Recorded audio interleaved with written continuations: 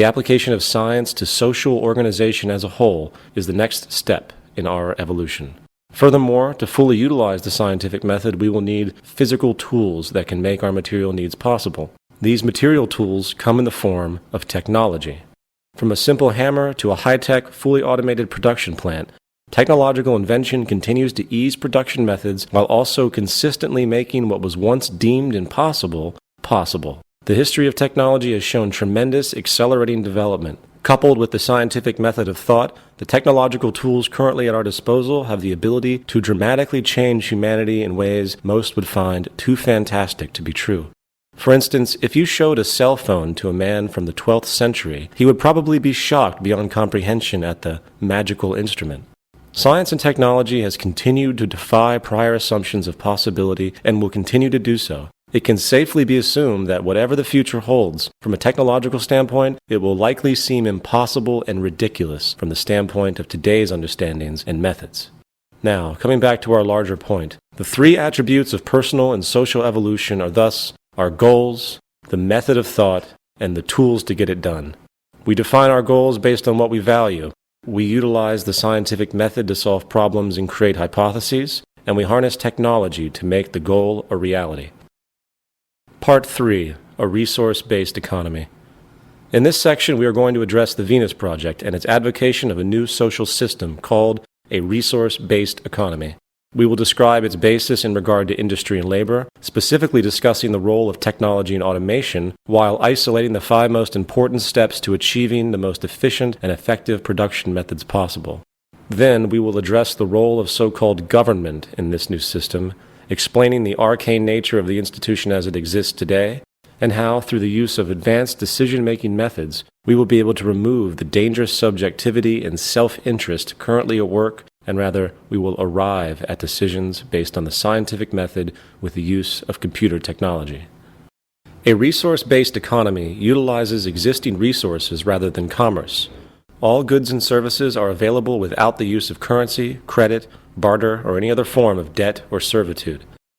The aim of this new social design is to free humanity from the repetitive, mundane, and arbitrary occupational roles which hold no true relevance to social development, while encouraging a new incentive system that is focused on self-fulfillment, education, social awareness, and creativity, as opposed to the shallow and self-centered goals of wealth, property, and power which are dominant today. The Venus Project recognizes that the Earth is abundant with resources, and that our outdated methods of rationing resources through monetary control are no longer relevant. In fact, they are very counterproductive to our survival. The monetary system was created thousands of years ago during periods of great scarcity. Its initial purpose was as a method of distributing goods and services based on labor contributions. It is not at all related to our true capacity to produce goods and services on this planet. The bottom line is that physical survival and quality of life is based solely on our use, management, and preservation of the Earth's resources. Now, with our ever-growing scientific ingenuity to utilize those resources in the most humane, technologically constructive, and strategic ways, the tradition of labor for money and money for resources now has no legitimate basis. Industry and labor. As expressed previously, statistics have shown that human beings are increasingly being replaced by automated machines in the workforce, causing unemployment and hence a reduction in the purchasing power of the citizenry, slowing so-called economic growth. Consequently, we are now seeing a deliberate stifling and withholding of technological development for the sake of keeping people employed. It's like having an electric drill available during a job, but instead you use a manual drill because you want to get paid for more hours.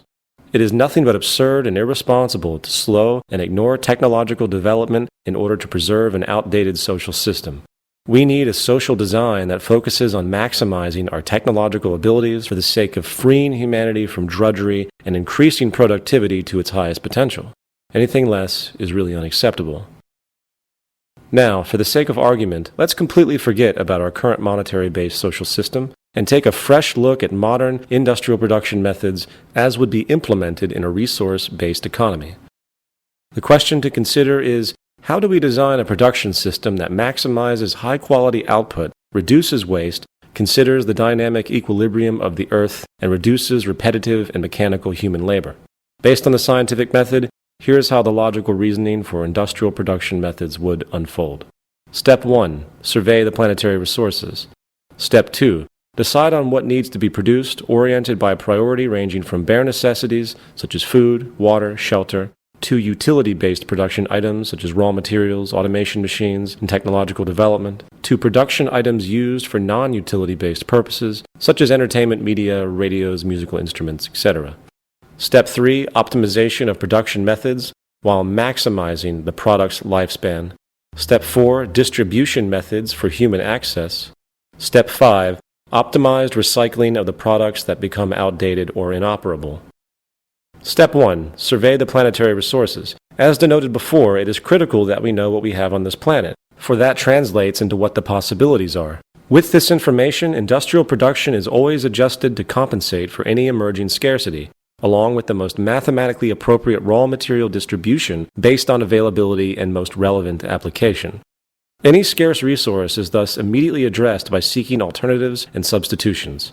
This awareness can be obtained by real-time electronic feedback coming from all resource sectors of the planet, fed into a central computer database that monitors any growing scarcity or problem.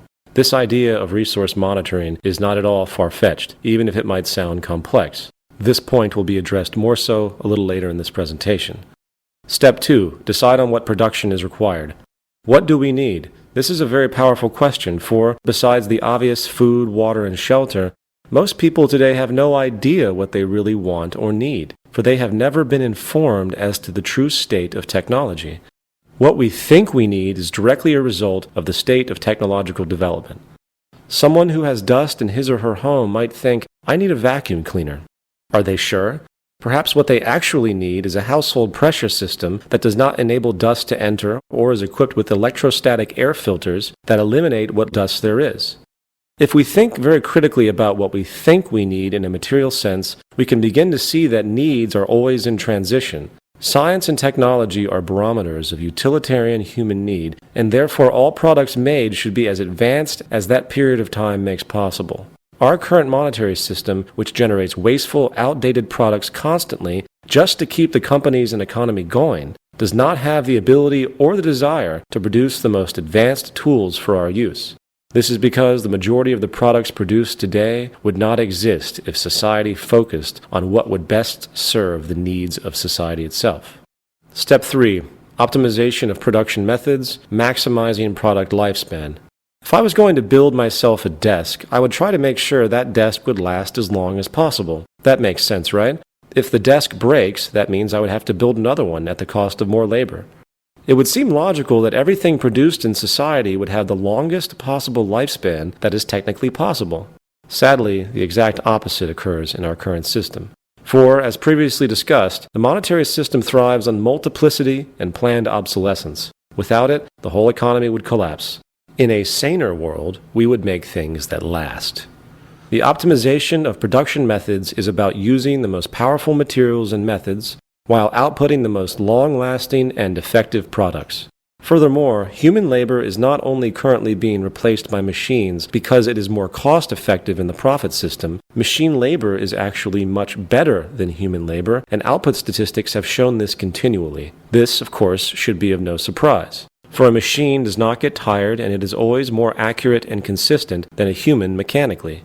High-efficiency labor automation coupled with the scientifically managed resource abundance will allow for a fluid, near-scarcity-less environment which could be operated by only a small fraction of the population. Step 4.